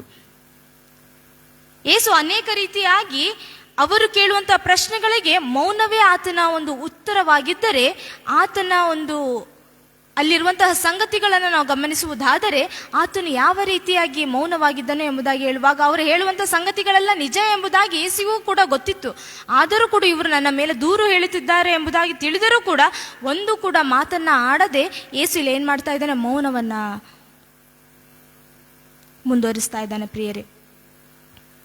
ಒಂದು ಲೂಕನ ಸುವಾರ್ತೆ 23ನೇ ಅಧ್ಯಾಯ 11ನೇ ವಚನವನ್ನ ನಾವು ಗಮನಿಸುವಾಗ, ಕಡೆಗೆ ಹೆರೋದನು ತನ್ನ ಸಿಪಾಯಿಗಳನ್ನು ಕೂಡಿಕೊಂಡು ಆತನನ್ನು ತಿರಸ್ಕರಿಸಿ ಹಾಸ್ಯ ಮಾಡಿ ಯಾವ ರೀತಿಯಾದಂತಹ ಬಟ್ಟೆ, ಶೋಭಾಯಮಾನವಾದಂತಹ ಉಡುಪನ್ನ ಹಾಕಿಸಿದರು ಪ್ರಿಯರೇ. ಆ ಒಂದು ಬಟ್ಟೆಯನ್ನ ನಾನು ನೀವು ಇಂದು ಧರಿಸುವುದಕ್ಕೆ ಸಾಧ್ಯವಿಲ್ಲ ಪ್ರಿಯರೇ. ಯಾಕೆಂದರೆ ಆ ರೀತಿಯಾದಂತಹ ಬಟ್ಟೆಯನ್ನು ಹಾಕುವಾಗ ನಾವೇನ್ ಮಾಡಲ್ಪಡ್ತೇವೆ, ಯಾವುದೋ ಒಂದು ಸುಳ್ಳನ್ನ ಹೇಳಿ ನಾವೇನ್ ಮಾಡ್ಬಿಡ್ತೇವೆ, ನಮ್ಮ ಹೆಜ್ಜೆಗಳನ್ನ ಹಿಂದೆ ಇಡ್ತೇವೆ. ಆದರೆ ನಾನು ಬಂದಿರುವುದು ಯಾವುದಕ್ಕೋಸ್ಕರವಾಗಿ, ದೇವರು ನನಗೆ ನೀಡಿರುವಂತಹ ಜವಾಬ್ದಾರಿಕೆಯನ್ನ ಮಾಡುವುದಕ್ಕೋಸ್ಕರವಾಗಿ ಎಂದು ತಿಳಿದು ಈತನ ಏನ್ ಮಾಡಲ್ಪಡ್ತಾ ಇದ್ದಾನೆ, ತನ್ನ ಹೆಜ್ಜೆಯನ್ನ ಮುಂದೆ ಇಡುತ್ತಾ ಇದ್ದಾನೆ ಪ್ರಿಯರೇ. ದೇವರ ವಾಕ್ಯಗಳು ಇಂದು ನಮ್ಮನ್ನ ಏನ್ ಮಾಡಲ್ಪಡ್ತಾ ಇದೆ, ಬಲಪಡಿಸ್ತಾ ಇದೆ. ಈ ಒಂದು ಹೆರೋದನ್ನು ನಮ್ಮ ಜೀವಿತದ ಅನೇಕ ರೀತಿಯಾದಂತಹ ಅಳವಡಿಸಿಕೊಳ್ಳುವಾಗ ಅನೇಕ ರೀತಿಯಾಗಿ ನಮ್ಮನ್ನು ಕೂಡ ಅನೇಕ ಜನರು ಏನ್ ಮಾಡಲ್ಪಡ್ತಾರೆ, ಹಾಸ್ಯ ರೂಪದಲ್ಲಿ ಪ್ರಶ್ನೆಯನ್ನ ಕೇಳುವಾಗ ನಾವೇನ್ ಮಾಡ್ತೇವೆ, ಅವರಿಗೆ ತಕ್ಕದಾದಂತಹ ಪ್ರಶ್ನೆಯನ್ನ ಉತ್ತರವನ್ನ ನಾವು ನೀಡಿ ಏನ್ ಮಾಡ್ತೇವೆ, ತಿರುಗಿ ಬರ್ತೇವೆ ಪ್ರಿಯರೇ. ಆದರೆ ಯೇಸು ಇಲ್ಲಿ ಮೌನವನ್ನ ತಾಳಿದ್ದಾನೆ. ಆತನಿಗೆ ಎಲ್ಲವೂ ಕೂಡ ಹೀಗೆ ಆಗುತ್ತೆ ಎಂಬುದಾಗಿ ಆತನಿಗೆ ಗೊತ್ತಿದ್ದರೂ ಕೂಡ ಇಲ್ಲಿ ಯೇಸು ಒಂದು ಕೂಡ ಮಾತನ್ನ ಆಡುತ್ತಾ ಇಲ್ಲ. ದೇವರ ವಾಕ್ಯಗಳನ್ನ ಮನನೆ ಮಾಡುವಾಗ, ಈ ಒಂದು ಶ್ರಮ ಮರಣ ಪುನರುತ್ಥಾನದ ಧ್ಯಾನಗಳಲ್ಲಿ ನಾವಿರುವಾಗ ಯೇಸುವಿನ ಕುರಿತಾಗಿ ಅನೇಕ ರೀತಿಯಾದಂತಹ ವಾಕ್ಯಗಳನ್ನು ನಾವು ಕೇಳಿರುವಾಗ ದೇವರ ವಾಕ್ಯಗಳು ನಮ್ಮನ್ನ ಯಾವುದರ ಕಡೆಗೆ ನಡೆಸಿಕೊಂಡು ಹೋಗ್ತಾ ಇದೆ. ಒಂದು ಕ್ಷಣ ಮೌನವಾಗಿರುವಂಥದ್ದು ನಾವು ಅಗತ್ಯ ಪ್ರಿಯರೇ. ದೇವರ ವಾಕ್ಯಗಳನ್ನು ನಮ್ಮ ಜೀವಿತದಲ್ಲಿ ನಾವು ಅಳವಡಿಸಿಕೊಳ್ಳುವಂಥದ್ದು ಬಹಳ ಅಗತ್ಯ. ಮೂರನೇದಾಗಿ ನೋಡುವುದಾದರೆ ಸಮರ್ಪಕವಲ್ಲದವನು. ಹೆರೋದನನು ಸಮರ್ಪಕವಲ್ಲದವನು. ಯೇಸುವನ್ನ ಶಿಲುಬೆಗೆ ಹಾಕುವುದಕ್ಕೆ ಯಾರು ಪ್ರಮುಖವಾಗಿ ಕಾರಣರಾಗಿದ್ದರೋ ಆ ಎಲ್ಲ ವ್ಯಕ್ತಿಗಳು ಹೆರೋದನ ಬಳಿಗೆ ಬಂದು ಯೇಸು ಎಂಥವನು ಎಂಬುದನ್ನು ಯೇಸು ಬದುಕಿರುವಾಗಲೇ ತಮ್ಮ ಸ್ವಭಾವವನ್ನ ಇಲ್ಲಿ ತೋರ್ಪಡಿಸಿಕೊಳ್ತಾ ಇದ್ದಾರೆ. ಯೇಸುವಿನ ದೈವೋಕ್ತವನ್ನು ಅಳಿದಿದ್ದರೂ ಕೂಡ ವ್ಯಕ್ತಿಗಳು ಯೇಸುವಿನ ದೈವತ್ವವನ್ನ ಹೆರೋದನ ಅರಸನ ಮುಂದೆ ಒಪ್ಪಿಕೊಳ್ಳುತ್ತಾರೆ. ಇಡೀ ಲೋಕಕ್ಕೆ ಆತನು ರಕ್ಷಣೆಯನ್ನ ಹೊಂದಿತಕ್ಕವ ಎಂಬುದಾಗಿ ತಿಳಿದರೂ ಕೂಡ ಇಲ್ಲಿ ಪ್ರಶ್ನೆಯನ್ನ ಹಾಕುವ ಮೂಲಕವಾಗಿ ಯೇಸುವಿಗೆ ಹಾಸ್ಯವನ್ನ ಮಾಡುತ್ತಾ ಇದ್ದಾರೆ ಪ್ರಿಯರೇ. ಪಿಲಾತನು ಆತನಿಗೆ ಆಗದೆ ಹೆರೋದನ ಬಳಿಗೆ ಕಳಿಸುತ್ತಾ ಇದ್ದಾನೆ ಎಂಬುದಾಗಿ ಹೆರೋದನು ತಿಳಿದಾಗ ಆತನು ಏನ್ ಮಾಡ್ತಾ ಇದ್ದಾನೆ, ತನ್ನ ಸಿಂಹಾಸನವನ್ನ ವೈಭವದೊಡನೆ ಏನ್ ಮಾಡಲ್ಪಡ್ತಾ ಇದ್ದಾನೆ, ಅಲಂಕರಿಸುತ್ತಾ ಇದ್ದಾನೆ ಪ್ರಿಯರೇ. ಅಲಂಕರಿಸುವಾಗ ಅಲ್ಲೇನಾಗಲ್ಪಡ್ತಿದೆ ಎಂಬುದಾಗಿ ಆ ಒಂದು ಅಲಂಕಾರವನ್ನ ಕಂಡು ಯೇಸು ಏನನ್ನಾದರೂ ಮಾತನಾಡುತ್ತಾನೆ ಎಂಬುವಂತಹ ಮನೋಭಾವನೆ ಯಾರದ್ದಾಗಿತ್ತು, ಹೆರೋದನದಾಗಿತ್ತು. ಆದರೆ ಯೇಸು ಏನನ್ನು ಕೂಡ ಮಾತನಾಡದೆ ಮೌನವಾಗಿರುವುದನ್ನು ನಾವು ಕಾಣಬಹುದು. ಆತನ ಮೌನವೇ ಎಲ್ಲದಕ್ಕೂ ಉತ್ತರವಾಗಿ ಬಿಟ್ಟಿತು. ಸಮರ್ಪಕವಲ್ಲದವನಾದಂತಹ ಹೆರೋದನನು ಇಲ್ಲಿ ಏನ್ ಮಾಡಲ್ಪಡ್ತಾ ಇದ್ದಾನೆ ಎಂಬುದಾಗಿ ನೋಡುವಾಗ ಅನೇಕ ರೀತಿಯಾದಂತಹ ಮಾತುಗಳ ಮೂಲಕವಾಗಿ ಯೇಸುವನ್ನ ಆತನು ಮಾತನಾಡಿಸಲು ಮುಂದಾಗುತ್ತಾ ಇದ್ದಾನೆ. ಆದರೆ ದೇವರ ವಾಕ್ಯಗಳು ನಮ್ಮನ್ನ ಇಂದು ಎಚ್ಚರಿಸುತ್ತಾ ಇದೆ. ಹೆರೋದನಂತಹ ಜೀವಿತ ನಮ್ಮಲ್ಲಿ ಇರಬಾರದು ಎಂಬುದಾಗಿ ದೇವರ ವಾಕ್ಯಗಳು ನಮ್ಮನ್ನ ಎಚ್ಚರಿಸುತ್ತಾ ಇದೆ ಪ್ರಿಯರೇ. ಹೆರೋದನನ್ನ ಗಮನಿಸುವಾಗ ಆತನಿಗೆ ಅನೇಕ ರೀತಿಯಾದಂಥ ಅಧಿಕಾರವಿತ್ತು. ಯೇಸುವನ್ನ ಒಪ್ಪಿಕೊಳ್ಳುವಂತಹ, ಸಮರ್ಪಿಸಿಕೊಳ್ಳುವಂತಹ ಒಂದು ದಾರಿ ಇತ್ತು. ಆದರೂ ಕೂಡ ಆ ದಾರಿಯನ್ನ ಆತನು ಹುಡುಕಲೇ ಇಲ್ಲ. ನಾನು ಎಂಬುವಂತಹ ಅಹಮಿನಲ್ಲಿ ಈತನು ನನ್ನ ಜಾಗವನ್ನ ಎಲ್ಲೂ ತೆಗೆದುಕೊಳ್ಳುತ್ತಾನೋ ಎಂಬುವಂತಹ ರೀತಿಯಲ್ಲಿ ಈತನು ಏನ್ ಮಾಡ್ತಾ ಇದ್ದಾನೆ, ತನ್ನ ವರ್ತನೆಗಳನ್ನ ಮಾಡ್ತಾ ಇದ್ದಾನೆ. ಇದೇ ಲೋಕನ ಸುವಾರ್ತೆಯಲ್ಲಿ 23ನೇ ಅಧ್ಯಾಯ 12ನೇ ವಚನವನ್ನ ಗಮನಿಸುವಾಗ, ಪಿಲಾತನ ಬಳಿಗೆ ತಿರುಗಿ ಕಳುಹಿಸಿಕೊಟ್ಟನು. ಅದೇ ದಿನದಲ್ಲಿ ಹೆರೋದನು ಪಿಲಾತನನ್ನು ಒಬ್ಬರಿಗೊಬ್ಬರು ಏನಾದರೂ ಸ್ನೇಹಿತರಾದರು. ಇದಕ್ಕಿಂತ ಮೊದಲು ಇವರೇನಾಗಿದ್ದರು? ವೈರಿಗಳಾಗಿದ್ದರು ಪ್ರಿಯರೇ ಅಲ್ವಾ. ಒಳ್ಳೆ ಕಾರ್ಯಕ್ಕಾಗಿ ನಾವೇನ್ ಮಾಡ್ತೀವಿ? ಕೆಲವೊಂದು ಸಾರಿ ನಾವೇನ್ ಮಾಡ್ತೇವೆ? ಒಳ್ಳೆ ಕಾರ್ಯಕ್ಕಾಗಿ ಕೈ ಜೋಡಿಸ್ತೇವೆ. ಆದರೆ ಇಲ್ಲಿ ಏನಾಗಲ್ಪಡ್ತಾ ಇದೆ? ಕೆಟ್ಟ ಕಾರ್ಯಕ್ಕಾಗಿ ಯೇಸುವನ್ನ ಶಿಲುಬೆಗೆ ಹಾಕಿಸಲೇಬೇಕೆಂಬುವಂತಹ ಮಂಡುತನದಿಂದ ಇಲ್ಲಿ ಏನಾಗಲ್ಪಡ್ತಾ ಇದೆ? ಪಿಲಾತನು ಹಾಗೂ ಹೆರೋದನು ತಮ್ಮ ಸ್ನೇಹವನ್ನ ಬೆಳೆಸುತ್ತಾ ಇದ್ದಾರೆ. ಇದ್ದಂತಹ ವ್ಯಕ್ತಿಗಳಿನೇ ಏನಾಗಲ್ಪಡ್ತಾ ಇದ್ದಾರೆ? ಸ್ನೇಹಿತರಾಗ್ತಾ ಇದ್ದಾರೆ. ಲೋಕದ ಯಾತ್ರೆಯಲ್ಲಿ ನಾವು ಗಮನಿಸುವಾಗ ಅನೇಕ ಅಧಿಕಾರಕ್ಕೆ ನಾವು ಒಳಪಟ್ಟಾಗ ನಾವೇನಾಗಲ್ಪಡ್ತೇವೆ? ಕೆಟ್ಟದಕ್ಕಾಗಿ ನಾವು ನಮ್ಮ ಕೈಗಳನ್ನು ಜೋಡಿಸ್ತೇವೆ ಪ್ರಿಯರೇ. ಲೌಕಿಕವಾಗಿ ಗಮನಿಸುವಾಗ, ನಮ್ಮ ಜೀವಿತದಲ್ಲಿ ಅನೇಕ ರೀತಿಯಾದಂತಹ ಕಾರ್ಯಗಳಲ್ಲಿ ನಮ್ಮನ್ನು ನಾವು ತೊಡಗಿಸಿಕೊಳ್ಳುವಾಗ ದೇವರ ವಾಕ್ಯ ಇಂದು ನಮ್ಮನ್ನು ಎಚ್ಚರಿಸ್ತಾ ಇದೆ. ಕೆಟ್ಟಕ್ಕಾಗಿ ನಮ್ಮ ಕೈಗಳು ಇಂದು ಎತ್ತಲ್ಪಡಬೇಕು.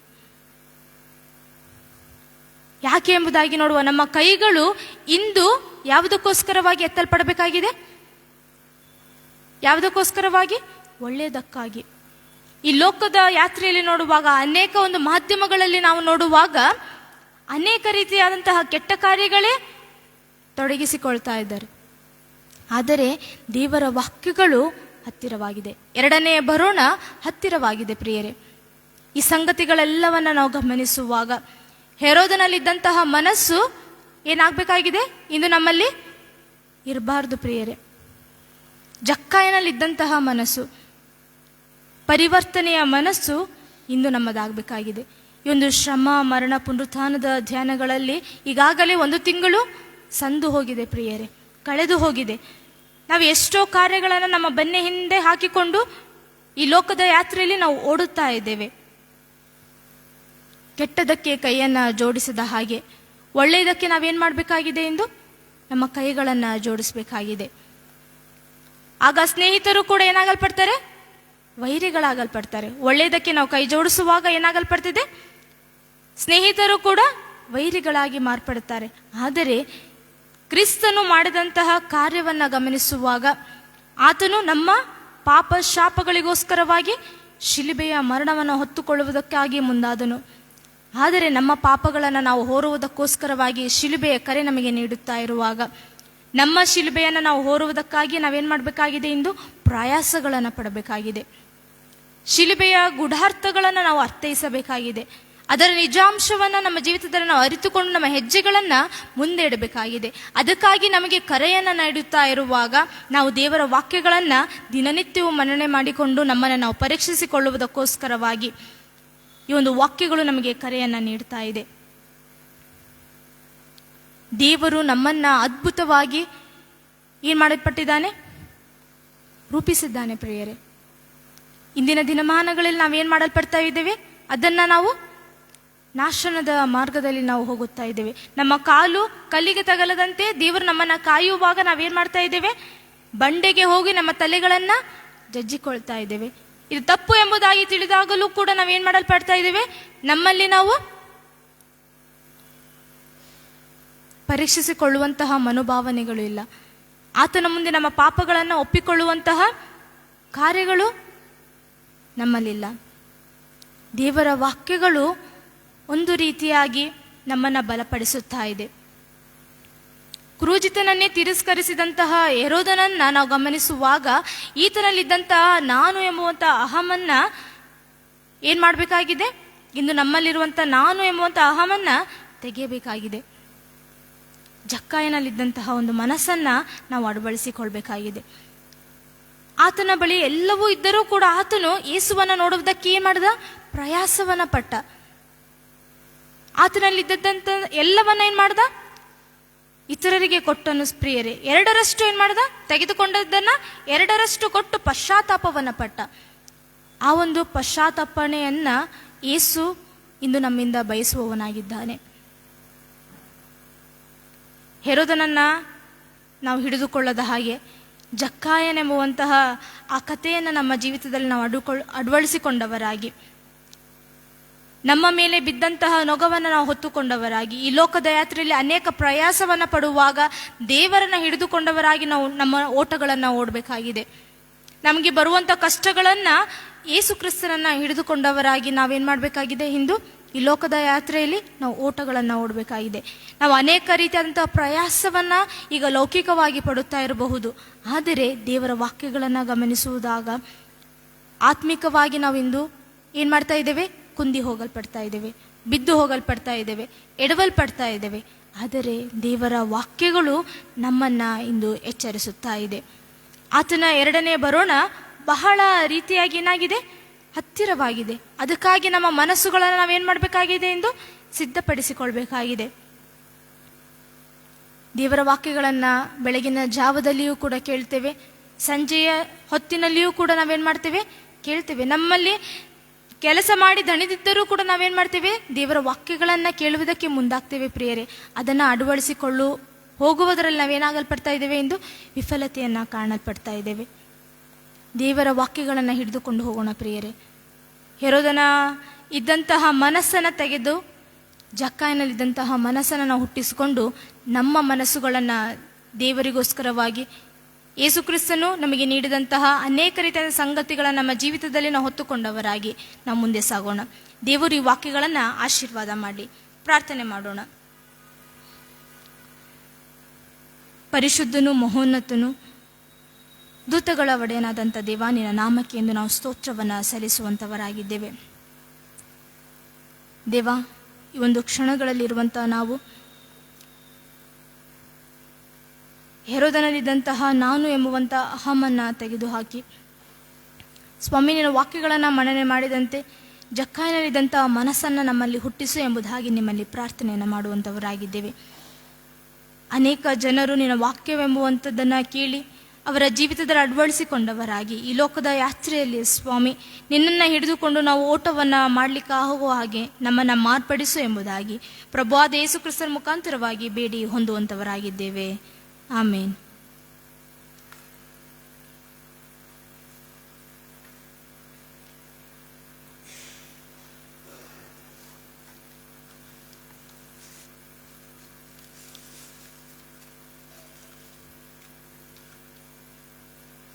ಕ್ರೂಜಿತನನ್ನು ತಿರಸ್ಕರಿಸಿದ ಹೆರೋದ ಎಂಬ ಶೀರ್ಷಿಕೆ ಮೇಲೆ ಉತ್ತಮ ಸಂದೇಶ ಕೊಟ್ಟಂಥ ಅಮ್ಮನವರಿಗೆ ಯೇಸು ಕ್ರಿಸ್ತನ ನಾಮದಲ್ಲಿ ವಂದನೆಗಳನ್ನು ಸಲ್ಲಿಸ್ತೇನೆ. ಕೊನೆಯದಾಗಿ ಸಂಗೀತಗಳಲ್ಲಿ 195ನೇ ಸಂಗೀತವನ್ನು ನಾವು ರಾಗ ಮಾಡೋಣ. ಸಂಗೀತಗಳಲ್ಲಿ 195, ಅದರಲ್ಲಿ ಮೊದಲನೇ ಚರಣ ಮತ್ತು 4ನೇ ಚರಣವನ್ನು ನಾವು ಹಾಡಿಕೊಳ್ಳೋಣ. ಕ್ರಿಸ್ತೇಸು ನಿನ್ನ ಮಾನಕ್ಕಾಗಿ.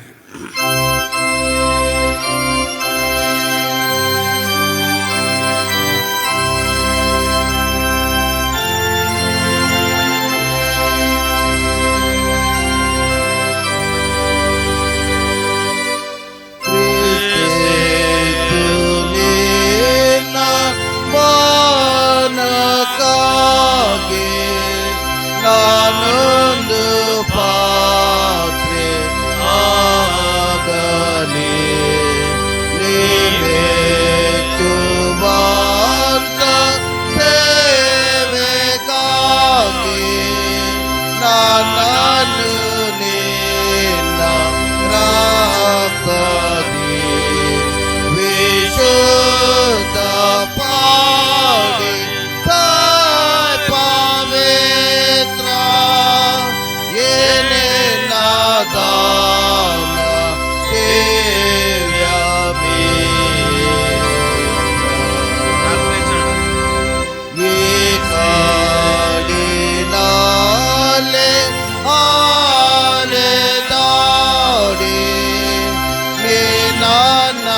ಪಾನ ವೇಳದೆ ಹೆಚ್ಚು ಬಾಲ ಗೊಂದೆ ಬಾಡಿ ಹೋದಂತ ಪಾಪಿಗೆ ಸಂಜೀವಕಾರ ವೇಣದಾಯ ಯೇ ಪಾತ್ರೆಯಲ್ಲಿ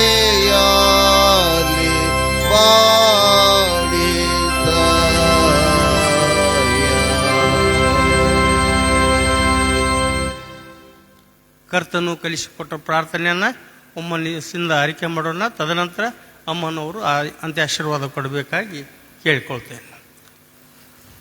ಪರಲೋಕದಲ್ಲಿರುವ ನಮ್ಮ ತಂದೆ, ನಿನ್ನ ನಾಮವು ಪರಿಶುದ್ಧವೆಂದು ಎಣಿಸಲ್ಪಡಲಿ, ನಿನ್ನ ರಾಜ್ಯವು ಬರಲಿ, ನಿನ್ನ ಚಿತ್ತವು ಪ್ರಕಾರ ಭೂಲೋಕದಲ್ಲಿಯೂ ನೆರವೇರಲಿ. ನಮ್ಮ ಅನುದಿನದ ಆಹಾರವನ್ನು ಇವತ್ತು ದಯಪಾಲಿಸು.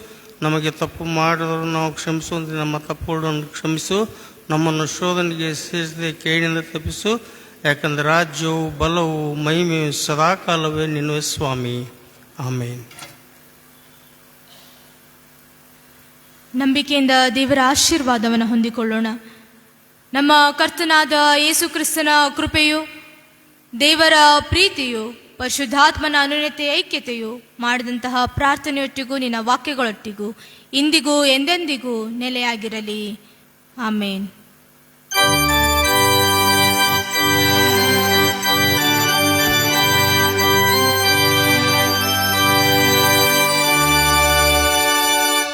ಶಿಲ್ಪೆ ಪಾಠವನನ್ನು ನೋಡಿದರೆ ಜೀವದೋತ್ಪತ್ತಿಯಾಗುವುದು.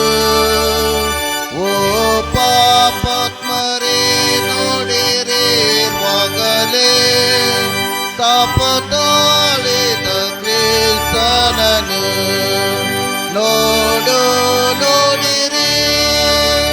ಶಿಲ್ಪೆ ಪಾಠವನನ್ನು ನೋಡಿದರೆ ಜೀವದೋತ್ಪತ್ತಿಯಾಗುವುದು. ಯೇಸು ತಾನನ್ನು ಒಪ್ಪಿಸಿಕೊಟ್ಟಾಗಲೇ ನಿಮ್ಮ ದೋಷವು ಆರಿತು. ಆತ